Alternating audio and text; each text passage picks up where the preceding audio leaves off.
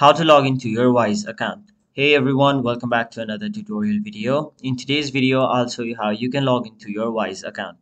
So to do that, first of all, go to any web browser on either your mobile device or your desktop, and in the web address bar, simply type in wise.com. After that, you will be taken to the official homepage of Wise, where on the top right side of the screen, you can see the option login. Simply tap on it. Now, once you've done that, it will basically ask you to enter your email address and your password. So once you enter your credentials, simply tap on the option login.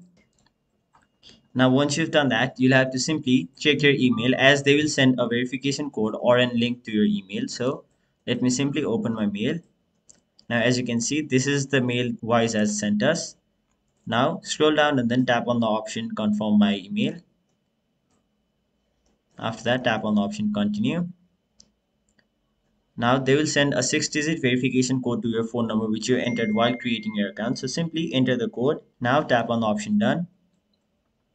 And there you have it. So that is basically how you log into your Wise account. That was it for this video. Hope this video was helpful to you guys, and if it was, make sure you like this video and subscribe to our channel so that you don't miss out on further videos such as these.